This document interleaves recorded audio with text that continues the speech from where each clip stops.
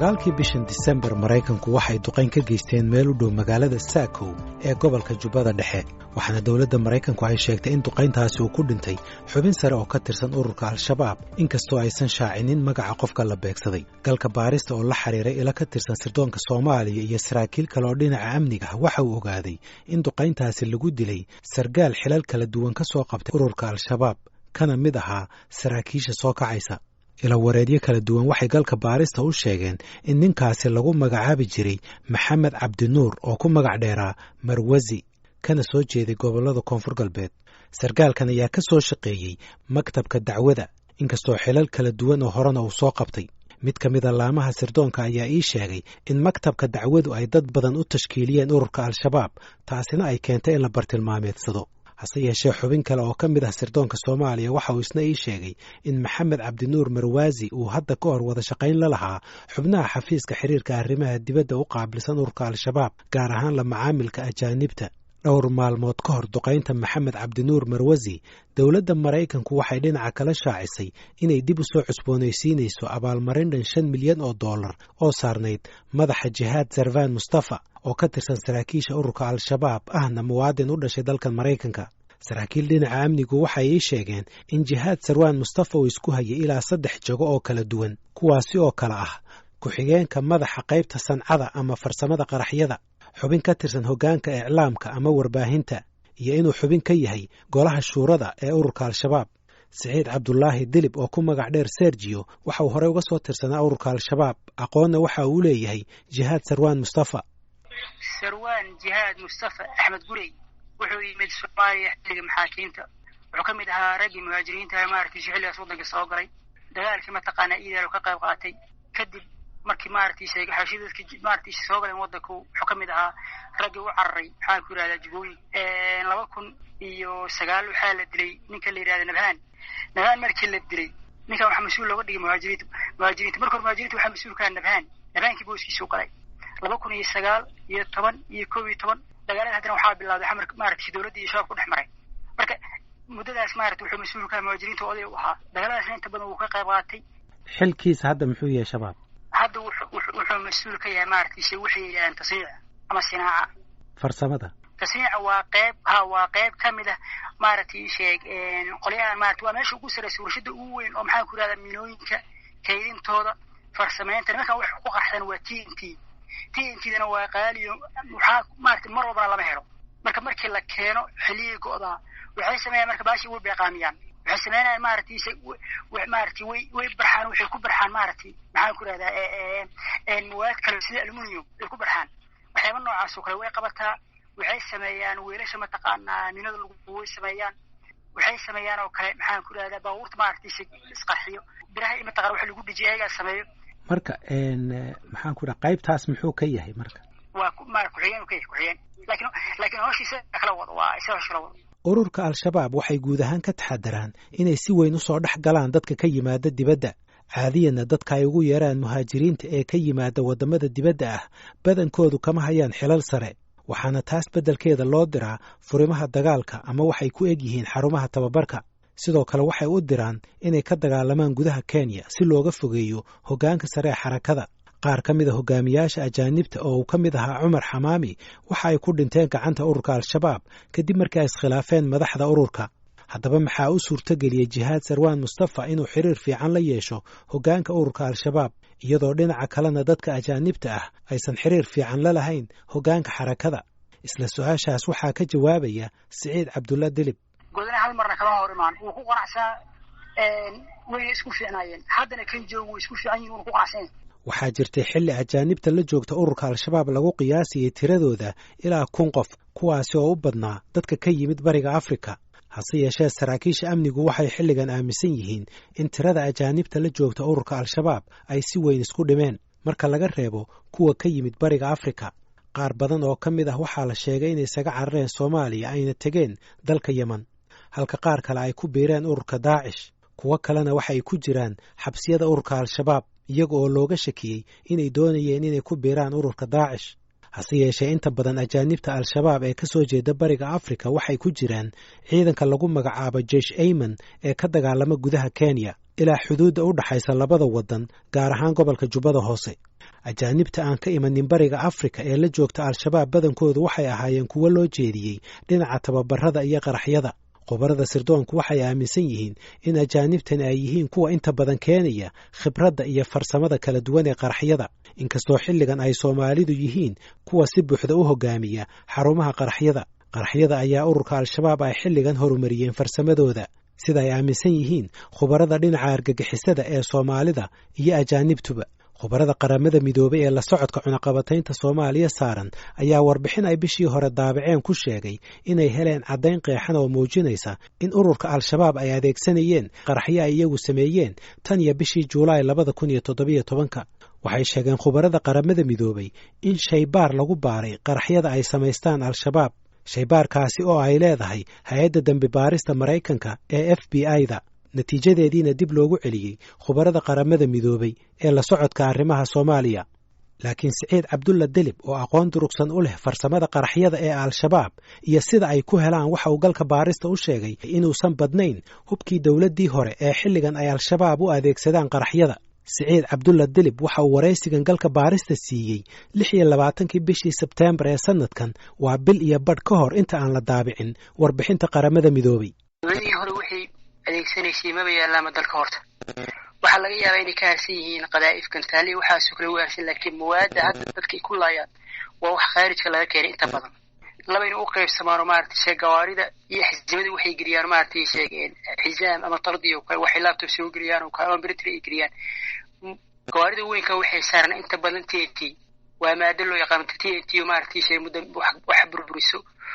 waxa nitroterwin على maartay sida labadaas maadi ka kooban tahay khaarijkan laga keenay inta badan Yemen laga keenay waxa laga soo dejiyaa meesha la yiraahdo Qandara niman maartay shibrad badeed iyo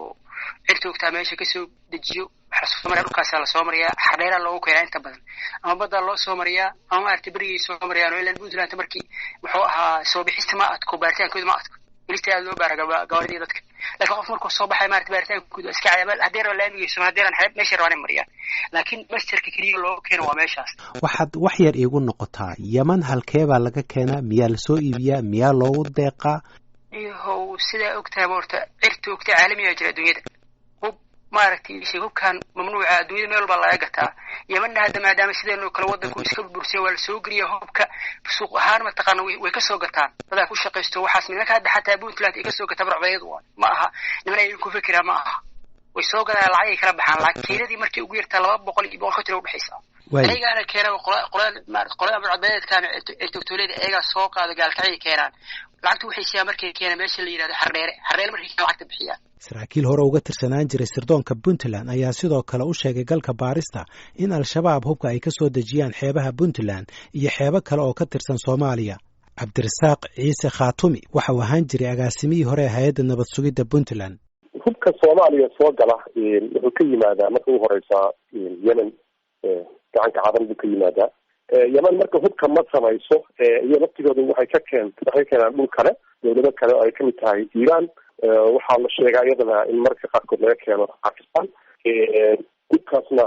waxaa keena dad saraakiil hore ahaan jiray oo dawladda Yemen oo si beddelay inay gaarsadaan hubka waa garta halkee ugu badan ka soo degaan waxa ugu badan oo ka degaa waxa weeyaan meesha la yiraahdo qaaga xeebta Sanaag bariga Gardafu xeebta Badcas iyo meesha la yiraahdo Xaradheer saddexaas meel ugu badan hubkan dadka keenaya ma ganacsato Soomaaliyeed ba ma maamula ma waxa weeyaan kooxaha argagixiso waxaan inagu maqashoonahay inay yihiin dad ganacsata hubka ka ganacsada mana aha Soomaali kaliya Afrikada badankeed galbeed dhan waa la geeyaa agaada Afrikada maxay tahay ilaa laga soo bilaabo Suudaan hubka waa la geeyaa xeebta Badcas oo ka baxa marka ma aha Soomaaliya kaliya dadka ka ganacsada waa dad ganacsata waxay ka iibiyaan cid kasta oo dalab ganacsata oo ku jiraan Daesh iyo al-shabaab dabcan waxa laga iibiyaa qabaa'ilada oo hadda waxa la noqotay nidaam habka qaybsiga beesha ma hubaysan baad maqlaysaa iyo wada qabi karo beesha waa beel hubaysan marka beeluhu waxay inta badan isu hubayaan inay miiska xaajeedka ay maxay tahay si fiican uga doori karaan waxay isu hubayaan inay maxay tahay qabiilo kale isku dhac iskaga ilaaliyaan. sometimes waxaa laga yaabaa hubku inuu sababo iyadoo aan dagaalba dhaceen qabiil markuu hub helo inuu hamgeliyo inuu cid kale weeraro, marka wuxuu fududeeyaa in dagaal dhaco. wuxuu mas-uul ka yahay xasiloondarada ka jirta dalka badankeed. hubkaas ayaa shidaal u ah. waxa iibsada hubka dad siyaasiyiina oo iyaga waftooda awood ka doonaya oo ama dawlada ku jireen ama ay ku jirin. waxa iibsada dee kooxaha argagixisada, waxa iibsada dad kaloo shaksiyaad ganacsadayaala. marka hubka hadda waxa weeye fara kulul buu Soomaaliya ku hayaa. lacag adagna way ku baxdaa oo dalka dee kusoo galaa, haddana waxa khasaaraha ahayd ma soo kordhiyo.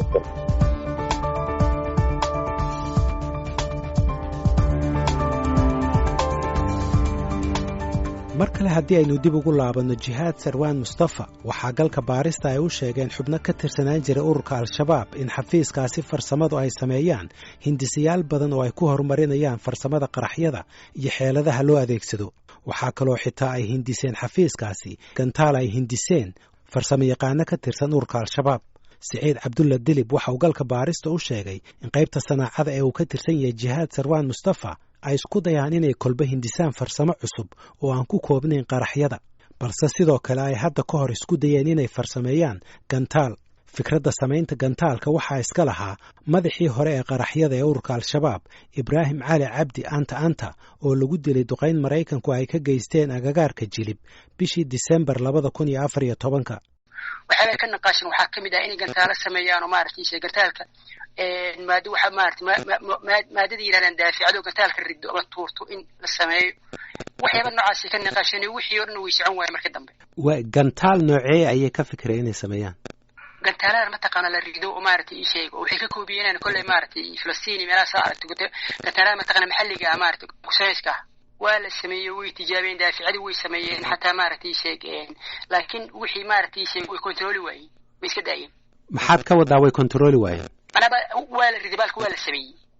haye waxay ku tijaabeen inuu meel xeer cadda meel yiraahdo meesha banaankeeda xamar banaankeeda maaragtay dhinaca bari meel ku dhacay aqoon way maxaa controlki balka maaragtay la xadido. waxay kaliya ku guuleysteen inay sameeyaan daaficadi gantaalka ka warqabtid waxba tuuro daafici yiraahdaan. daaficadiyaa la sameeyey dabaa gadaal lagaga qabtay way gubatay baalka bisay daaficadina baalka way tuurtay. waa gartay xoog le maaragtay u riday xagga badda u rideen waxaa soo hartay xagga badda meesha cidnima jooga meesha lehe. waa gartay waxaa soo haray marka waxaa maaragtay sheeg dafciga waa la helay baash inay wax rido laakiin controlkii ma intee gaari kartaa ma waxaasi mataqaana heli waayeen. marka maxay muhiim ugu tahay inay kontroolaan? way u baahan yihiin haddii maaragtay heli karaan baalkan maaragtay inay cabirkiisa oo kale meesha ku ridi karaan hadday ogaan karaan baalka maaragtay kilomitaraadka iyo meeshaas ku dhufan karaan diraan meel walba ku dhufan lahayn. waxay ku guuleysteen kaliya inay mataqaana dafciga baalka inay ridaan kaliya ku guuleysteen laakiin haddii rid intuu taga ma 20 mitir kaliya ku dhaca 100 mitir ma gaar qofku wuxuu rabaa moogtay hadaf wax ku dhufto. marka fikraddii ma halkiibay ku dhimatay mise mar kale sii wadeen? waa kolley markaas dib in loo soo bilaabay kala maqan laakiin ragga markaas ka shaqeynaya hadda wax ka noolaan jirin.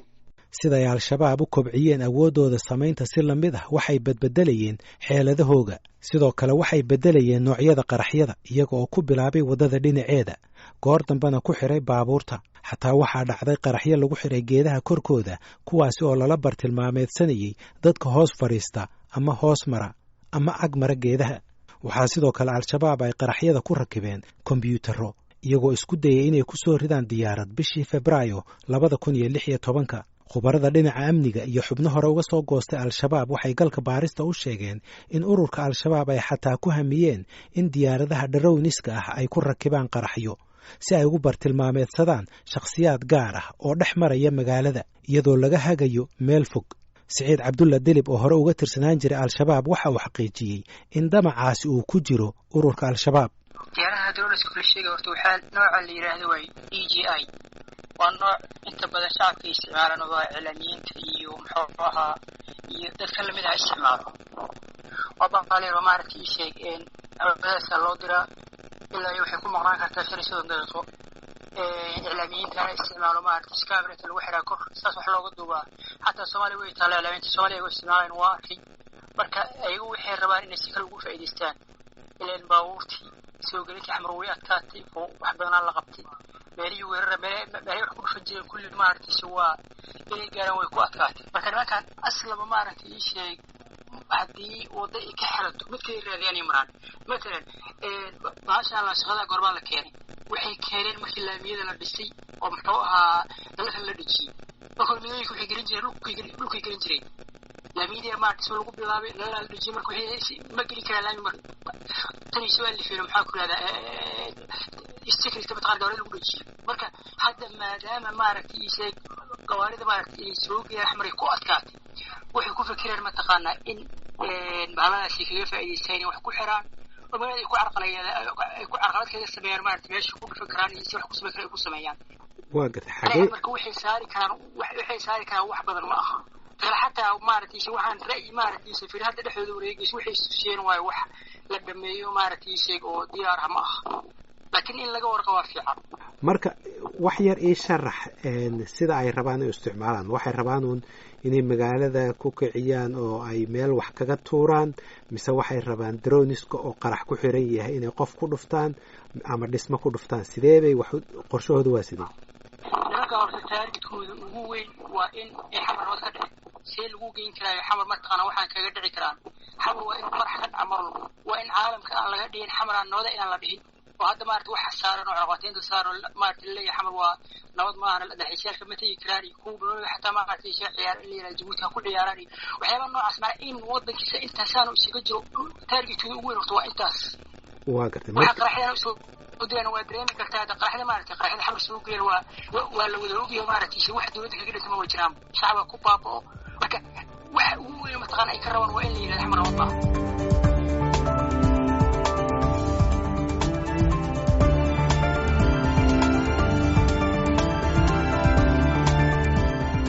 galka baaristu waxa uu la xiriiray wasaaradda amniga ee dawladda Soomaaliya si uu wax uga weydiiyo halista ururka al-shabaab xeeladahooga iyo qaraxyada ay adeegsadaan hase yeeshee ilaa haatan nooma aysan suurtagelin inaan ku qancino waraysi inay bixiyaan hase yeeshee galka baarista waxa uu suurta gashay inuu waraysto taliyii hore ee ciidanka danab ee ay tababareen ciidamada Mareykanku gaashaanle dhexe Cabdiraxmaan Cumar Warsame Jeeniqaar oo dhawaan xilkaasi wareejiyay xilliga uu galka baaristu waraystay taliye Jeeniqaar waxa uu weli hayay xilkiisii taliyanimo ee danab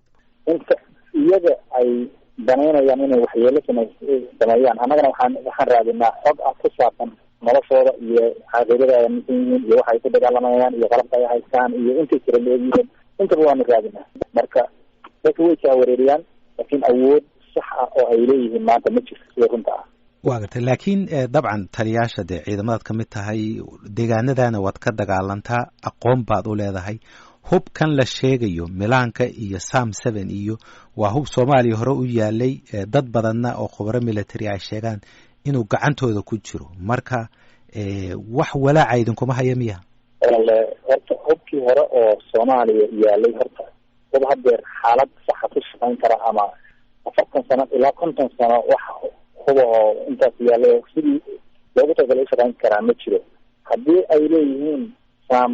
iyo maxaan ku raadaa qoryo kale oo wanaagsan waa laga yaabaa inay qoryada teelisadana iyo siiyo iyo inay haystaan waa wax dhici kara laakiin aysan isticmaali karin laakiin kuwaan gacanta laga rido wax awooda oo ay usoo kordhinayso hadday haystaanba ma jirto muhiimadda waxa weeyaan qofka ciidan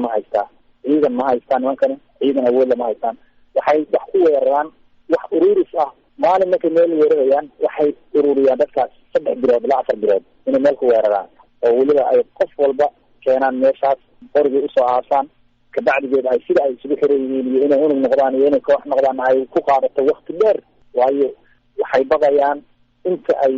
rabaan inay dhibaateeyaan waxay ogyihiin in ka badan in la rabo inay dhibaateeyo iyada marka kalsooni ay wax ku aruursadaan ama wax ku diyaarsadaan ma haystaan mana qabaan waxa aan wax ka weydiiyey taliye Jeeniqaar xeeladaha iyo farsamada al-shabaab ee isbedbedelaysa waxa la sheegayaa inay droniska keensadeen oo doonayaan inay qaraxyo ku xidhaan oo ama ciidan ay ku weeraraan ama saldhig ay ku weeraraan jawaabtaada droniska farta waa ganacsi wax maxaan ku raadayay ciidankana waa isticmaalaa media waa isticmaalaan waxaan ku raadayay bulshada inteeda kalena way isticmaashaa marka waa wax bareefad oo si bareefada loo galan karo laakiin waa inaad weydiisid kiilo intee la bay qaadi kartaa marka ugu horeysa waa laga yaabaa inay isticmaalaan wayna isticmaalaan oo hadda ka hor way dhacday inay isticmaalayeen sawirro ku isticmaalayeen iyo wax kale uma isticmaaleen laakiin haddii laga guulaysana waxay ku talagalay inay sawirro isgeyso haddii ay guulaystaanna inay sawirro ay baraha bulshada ku faafiyaan inay ka sameeyaan taas waa wax aan lamid ah weeye oo bulshada rayidka ah ona isticmaasho ciidamadana isticmaalaan laakiin drones wax u qaadi karta oo maxaan ku rahday wax garaaci karta oo wax samayn karta oo kiilo qaraxya qaadi karta ma haystaan mana la imaan karaan. laakiin haddayba ku fikirayaan sidaas ka waran halis intee leeg bay ayaa ka iman karta? waxaa halis badan oo sii weyn kama imaan karto waayo annaga ciidankeena wuxuu u diyaarsan yahay inuu la dagaalamo argagixisada. argagixisada waxay isticmaali kartaa weji kasta oo qalsan bay la imaan kartaa. haddana annagana waxaana lakaga baahan yahay inaan dulqaad u samayno markaasna looga hortago kaarto iyo balayn iyo qorshe. marka annagana qorshayaasheeda waa noo dhisan yahay. hadday la yimaadaan ma aaminsan inay wax bedel oo culays weyn kusii samayn karayso ama ay gaarsiin karaan ciidankeena. kasokow kabaca farsamada qaraxyada ee ururka al-shabaab waxaa dad badan ay isweydiinayaan sida lagu wiiqi karo awoodda ururka ama looga adkaan karo. Siciid Cabdulla Dilib waxa uu leeyahay ma cusla in laga adkaado ururka al-shabaab. ariga kaliya looga hortagi karo waa in maaragtay mar lagu wada dhaqaaqo maaragtay lagu sameeyo waxa la yiraahdo khaltul awraaq. marka waxa looga qaaday maalinba magaalo looga saaro wax looga qaaday ma jiraan. magaalooyinka oo dhan intay banneeyaan marka magaalo aftooda waxba kama ah. waxa ahmiyadu waa haykalkaas mataqaana iyo nidaamkoodaas inuu dhisnaado. nidaamkana waxaa lagu burburin karaa dagaal mataqaana dhinac walba hal mar ciidanka military inay meel walba ka dhaqaaqaan Jubbooyin, Baybakool, Puntland, Hiiraan meel walba in maaragtay maca duurka maca jabhada hal mar la galo ay iswaayaan. waxaa ka dhalan doonta ay iswaayaan oo mid kale la xiriir la waayo kuwa badan ay kamid ah la qabto kuwa badan ay kamid ah dalka ka baxaan. markaas xiriirkoodii iyo mataqaana iska warqabkoodii wuxuu aad u sugu dhaca. laakiin hadda markii la yiraahdo magaalaha laga saaro magaalada ka baxaan xiriirkoodii way xigtaan hal mar oo ku filantaas leh.